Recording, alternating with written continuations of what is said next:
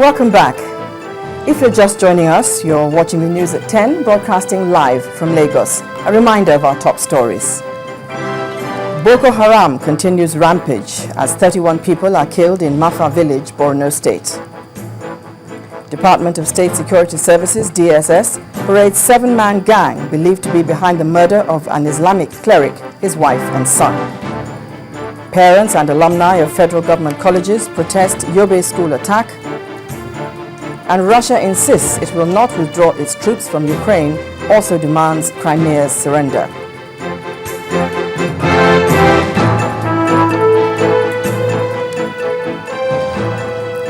Now, all our top stories can be found on our website, ChannelsTV.com, and on YouTube.com/channelsweb. To get us on the move, visit m.channelstv.com to view us live on your mobile device. You can also download the Channels TV app for Android, iOS, and Windows phones from their respective stores. And you can also interact with the Channels Eyewitness feature on our Android and Windows 8 platforms. If you have pictures or videos to share with us, tap on the application on your device. Swipe to reveal the Eyewitness menu and follow the instructions to share your report, pictures, and videos.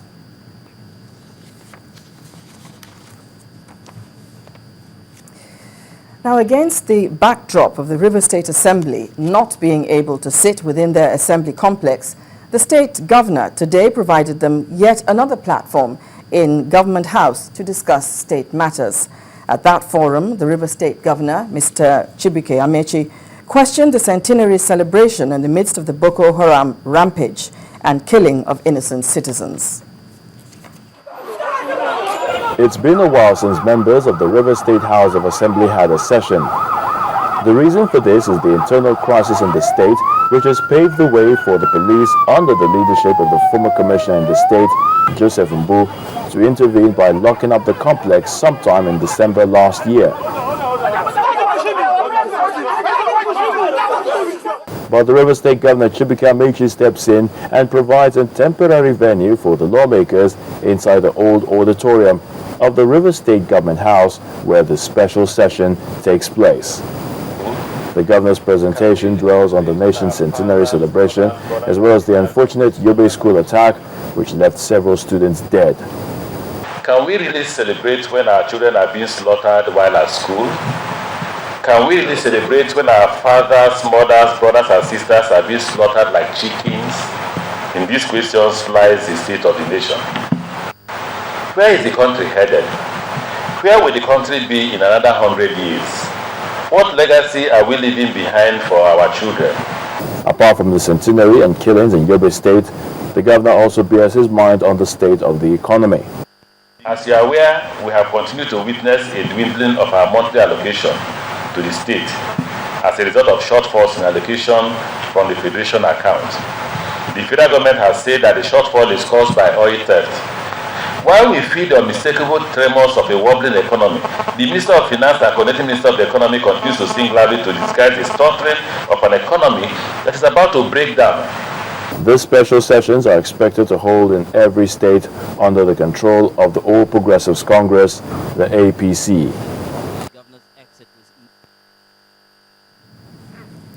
Meanwhile, the factional Speaker of River State House of Assembly, Honorable Evans Bipi, says Governor Chibuike Amechi's criticisms of the centenary celebration are unwarranted and misdirected. Mr. Bipi, in an interview with our correspondent, Charles Eruka, in Port Harcourt, says the governor lacks the locus standi to attack Nigeria's 100-year celebration. The factional speaker also took a swipe at the supposed sitting of some members of the River State House of Assembly, describing it as a joke and illegitimate.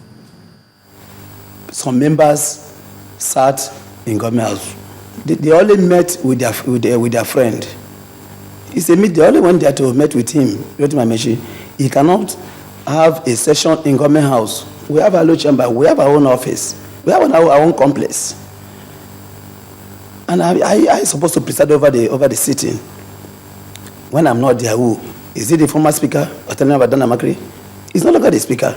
And he does not have such right to preside over sitting. That's why I said they only went there to meet with him to discuss their friends. They are his friends.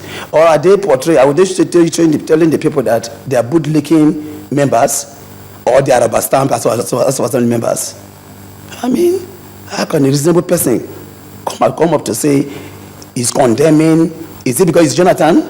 Who is Amechi to condemn what the president has done? So the government, the federal government, and the people of Rivers State should know that the Rivers House of Assembly does not join him. We are not party to his condemning the centenary celebration.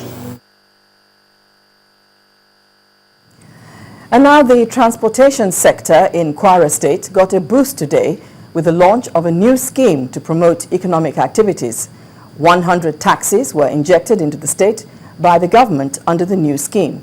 This is the first phase of the 150 million naira transportation scheme planned by the state.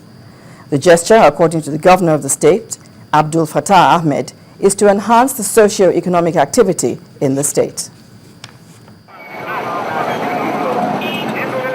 Kwara State in north-central Nigeria, with an estimated population of 2.5 million people.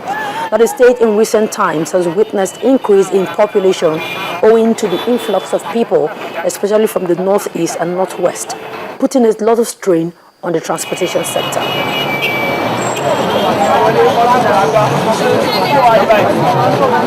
Kwara's population has increased because a lot of people are fleeing the situation in the north and are finding Kwara State a safe haven for them. As a result, we've had increased demand for transport services in the state. In taking steps to address the situation, the governor of the state, Mr. Abdul Fattah Ahmed, some time ago provided about 200 tricycles to some of the transporters in the state. Now he has taken a step further to launch a 150 naira taxi scheme to also cater for the transportation needs of the people of the state. Now the first beneficiaries were presented with 100 taxis under the scheme at a low interest rate.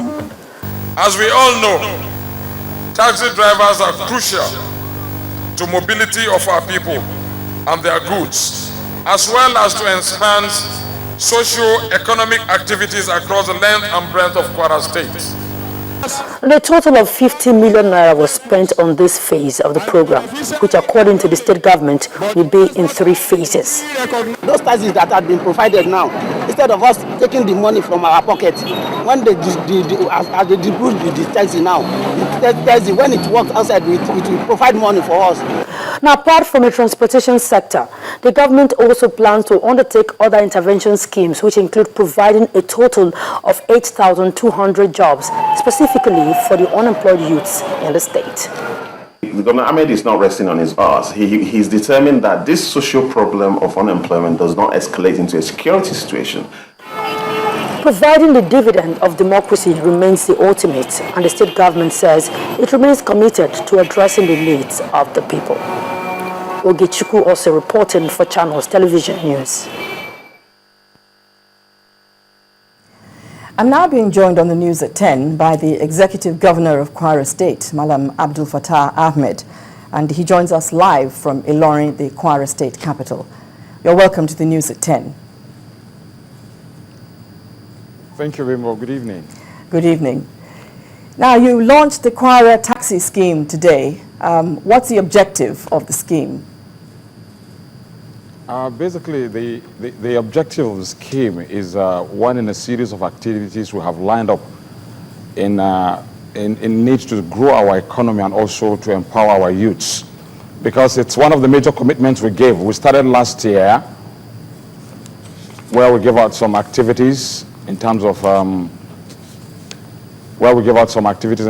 empowering our youths. We give out money to our youths who have been compartmentalized into cooperative groups. And these monies were made available to them through microfinance banks. And we try to support other groups like artisans, whom we got compartmentalized into cooperative groups. This also has seen us support them in terms of giving them the desired level of funding. It comes in a two-way thing because we'll be seeing ourselves bringing them into inclusive banking system, but most importantly, they're able to access the much desired funding required to jumpstart them into businessmen. So for us, it's a two-edged sword, which is quite handy for us in this time. So this is also one of the ways that you are delivering on your earlier promises.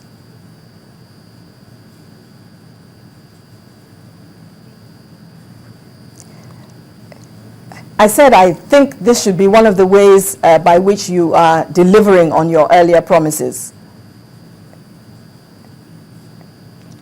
Governor Ahmed, can you hear me? Sorry? Can you hear me?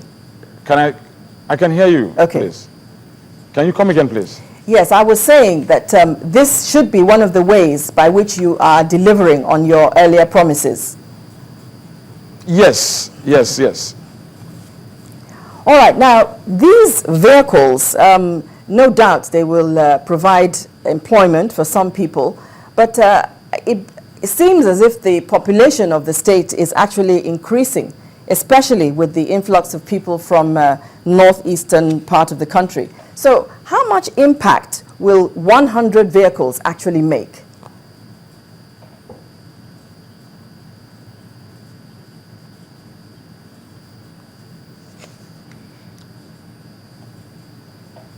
I was then assist. Let me repeat that question. I'll shorten it. How much impact do you think that 100 vehicles will make? You see, like I said, it's something we're starting in a series of activities. Okay. This is just the first batch. And this would be seen as a test model to see how much they're able to imbibe the concept of accessing funds, utilizing them properly and paying back, because it's supposed to be like a revolving scheme.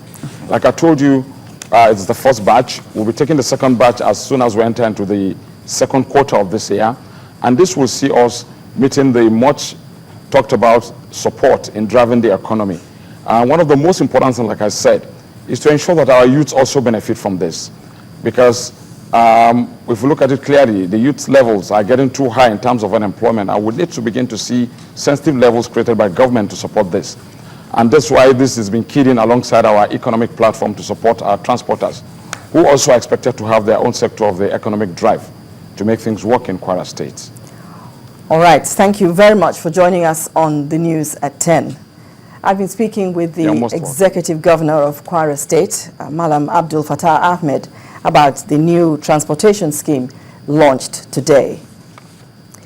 Now, when the news at 10 returns, federal government secures $1 billion grant for power generation. Please join us again.